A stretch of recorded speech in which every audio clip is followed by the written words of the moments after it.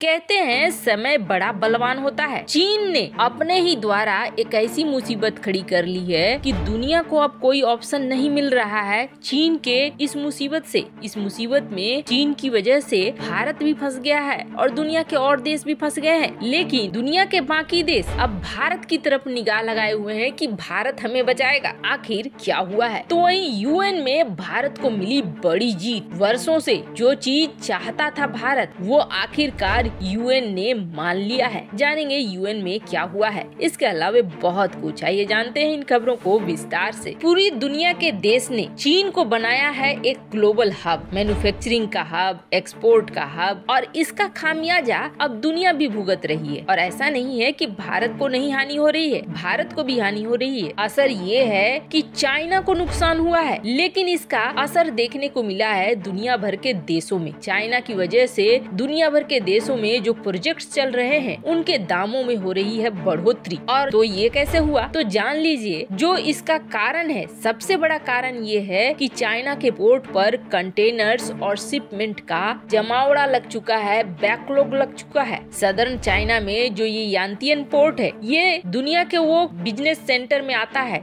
जहाँ से बड़ी संख्या में एक्सपोर्ट किया जाता है माल को, और ये पूरा व्यस्त पोर्ट माना जाता है। ये वो गेटवे माना जाता है जहाँ से इलेक्ट्रॉनिक आइटम, घरेलू चीजें और कई महत्वपूर्ण चीजों की शिपमेंट जाती है दुनिया भर के बाकी देशों में। और यहाँ पे लग गया है जाम लगने के बाद ये हो रहा है कि दुनिया भर में माल सप्लाई रुक रहा है, और इसका असर ये हो रहा है कि माल हो गया शॉर्टेज और महंगाई बढ़ती जा रही है। वैसे आखिर इतना बड़ा जाम लग कैसे गया? इससे तो चीन को भी नुकसान हो रहा है। तो इसके पीछे कई कारण है। पहले तो महामारी की वजह से चीन ने प्रतिबंध लगाए और ये कह दिया कि इस पोर्ट से मात्र 30% माल ही जाएगा, 70% नहीं जाएगा। यानी 30% मेन पावर और मशीनरी पर कई महीनों तक इस पोर्ट को चलाया गया। अब ऐसे में बाकी 70% कहाँ जाते? वो अटक ही गए, और ऐसे बड़ा एक अंबार लगता चला गया बैकलॉग का, कंटेनर्स का। अब ये संख्या जानिए, अभी जब कुछ ढील दी गई है तब यहाँ पर 3,50,000 कंटेनर अटके पड़े।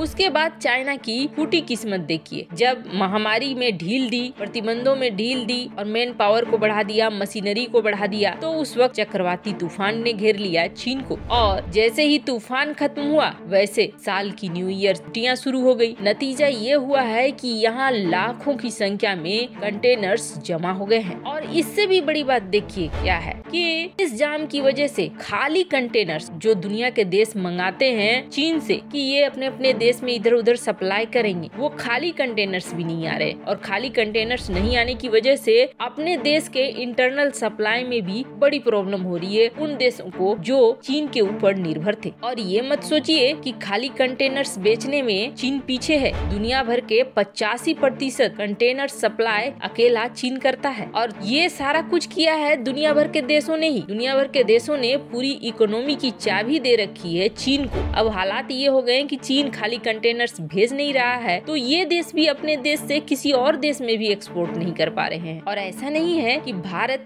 उन देशों में शामिल नहीं है, भारत भी शामिल है। और भारत के सोलर प्रोजेक्ट चीन की वजह से अटके पड़े हैं, लेकिन भारत ने इसका तोड़ निकाल लिया है। पहले ये जान लीजिए कि भारत सोलर प्रोजेक्ट पर बहुत हद तक चीन के ऊपर निर्भर है, क्योंकि भारत के सोलर प्रोजेक्ट के लिए जो रॉ मटेरियल आता है वो रॉ मटेरियल चीन से ही आता है। लेकिन इस वक्त जिस तरीके से रुकावट चीन में पैदा हुई है, उससे जो भारत में ये प्रोजेक्ट चल रहे हैं ये 0.7% महंगे हो गए हैं। इस वक्त चीन के ऊपर भारत की निर्भरता सोलर प्लेट्स के लिए करीब 85% है, लेकिन भारत ने इसकी तोड़ भी निकाल रखी है। वैसे आपको बता दें, इस वक्त भारत ने सोलर प्लेट्स के लिए आने वाले रॉ मटेरियल पर इंपोर्ट ड्यूटी फ्री की है, जो इस साल के अंत तक वापस से लगा दी जाएगी 40% की। अभी फ्री करके भारत ज्यादा से ज्यादा रॉ मटेरियल को मंगा रहा है, और अगले 2-3 महीने के अंदर ही भारत ने इस समस्या का तोड़ भी निकाल लिया है, क्योंकि सोलर PLI स्कीम भारत ने निकाली थी और इसमें कई कंपनियों को सेलेक्ट करा था। वो कंपनियां अब मध्य में 2022 के मध्य में अपना काम और प्रोडक्शन शुरू कर देंगी, फिर धीरे धीरे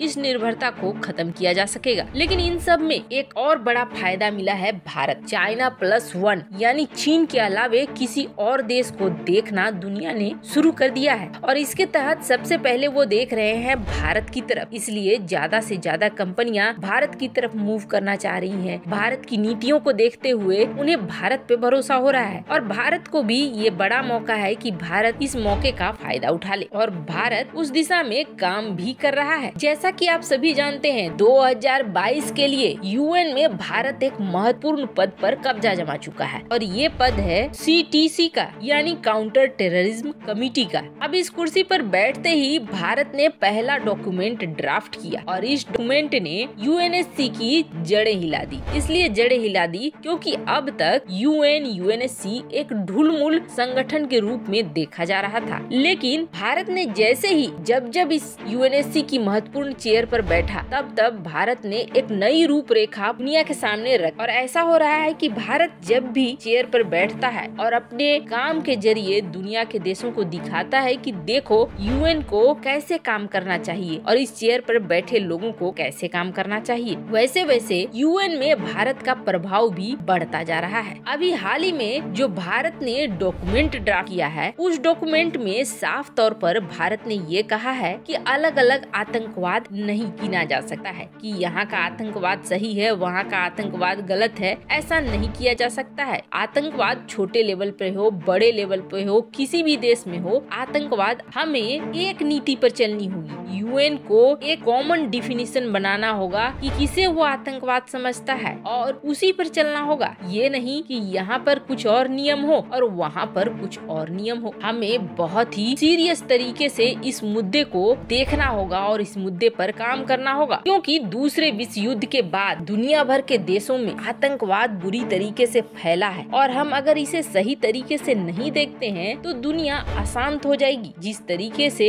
इस वक्त माहौल मच रहा है, उस माहौल में गलत सही का निर्णय नहीं लेना होगा, बल्कि ये लेना होगा कि एक कॉमन परिभाषा बने। इसे ही हम आतंकवाद कहेंगे और उसमें उस दायरे में चाहे कोई भी देश क्यों ना आए, हम उसी दिशा में आगे बढ़ेंगे। उस देश के साथ उसी तरीके से ट्रीट करेंगे जिस तरीके से एक आतंकी देश के साथ किया जाना चाहिए या एक आतंकी संगठन के साथ किया जाना चाहिए। वैसे आपको बता दें, भारत को बड़ी जीत इसलिए मिली है क्योंकि भारत के इस ड्राफ्ट डॉक्यूमेंट पे बहुत देशों की सहमति हो गई है और चीन और पाकिस्तान दोनों के लिए ही ये होश उड़ाने वाली बात है। पाकिस्तान तो खुल्लम खुल्ला एक आतंकी देश के रूप में लगभग दुनिया मानती ही है, पर इसके बाद जो मोहर लगना बाकी था वो भारत ने मोहर लगा दिया। वैसे आपको क्या लगता है, भारत को जल्द से जल्द हर सेक्टर में आत्मनिर्भर बनने की जरूरत है? कमेंट कर अपनी राय जरूर बताएं। जल्द मिलते हैं अगले वीडियो में नई खबर के साथ।